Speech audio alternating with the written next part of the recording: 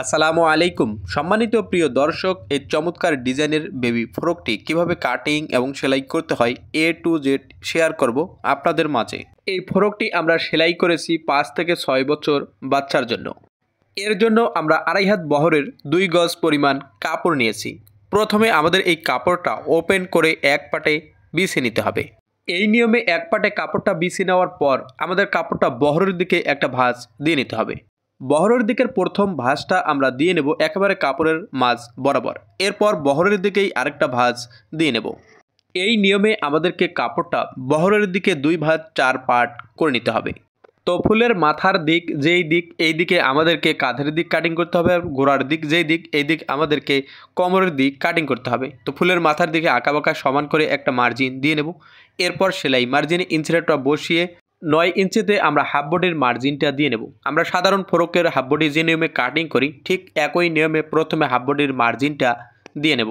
আবারও কাঁধের সেলাই মার্জিনে ইঞ্চিটা বসিয়ে 28 ইঞ্চি বডির জন্য 4.5 ইঞ্চিতে আমরা আর্মোলের মার্জিনটা দিয়ে নেব এবং একটা মার্জিন টেনে নেব।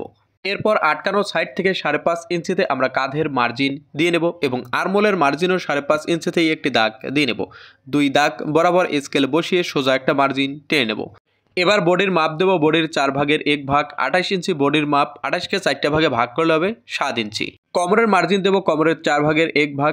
24-এর 4 ভাগের 1 ভাগ 6 ইঞ্চি। একটা মার্জিন টেনে নেব। 1 ইঞ্চি পরিমাণ সেলাইয়ের কাপড় রেখে আরেকটা মার্জিন দিয়ে নেব।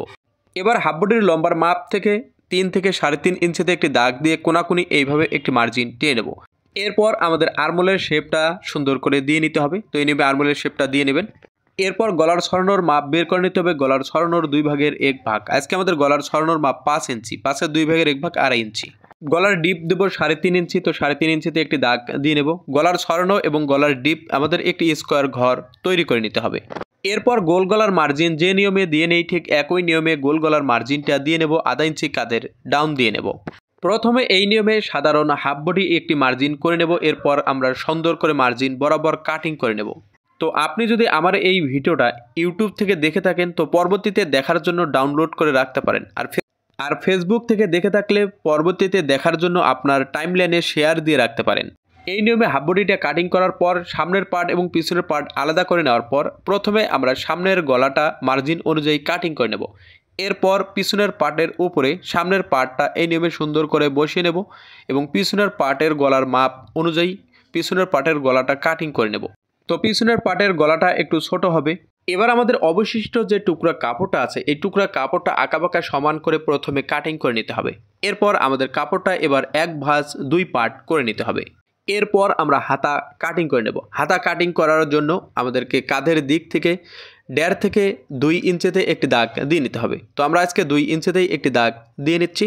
এরপর আর্মোলের মার্জিন থেকে 2 থেকে 3 ইঞ্চি নিচে স্কেলটা এই নিয়মে বসিয়ে নিতে হবে এবং কোনাকুনিতে একটি মার্জিন টেনে নিতে হবে।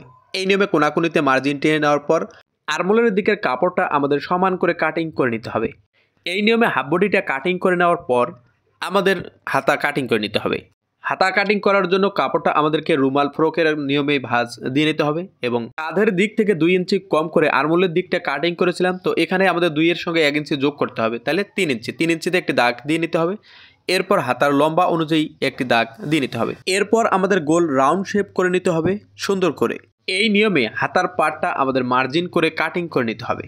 আশা করি হাতাটা কিভাবে কাটিং করতে হবে তা বুঝাতে পেরেছি। তো হেম করার জন্য আমাদের এখানে 1 ইঞ্চি বাড়তি রেখে কাটিং করে নেব। এবার আর্মোলের সাইডে আমাদেরকে হাতাটা এই নিয়মে সুন্দর করে সেট করে নিতে হবে। তাহলে আমাদের গোল গলাটা হয়ে গেছে এবং কোনার হাতাটাও হয়ে গেছে। এবার আমাদের নিচের ঘেরটা কাটিং করে নিতে হবে। ঘেরটা কাটিং করার জন্য আঁকাবাঁকা সমান করে কাপড়টা প্রথমে কাটিং করে নিতে হবে। তো আমার এই ভিডিওতে যদি কোথাও বুঝতে সমস্যা হয় অবশ্যই কমেন্ট করে জানিয়ে দেবেন।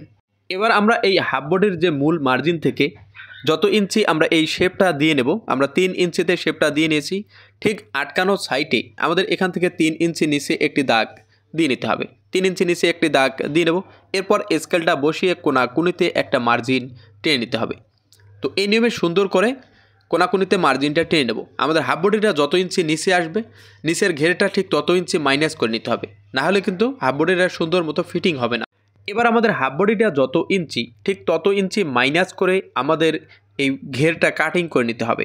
আমরা হাফ বডিটা প্রথমে 9 ইঞ্চি কাটিং করেছিলাম, এরপর আবার 3 ইঞ্চি যোগ করেছি ভি শেপ এর জন্য।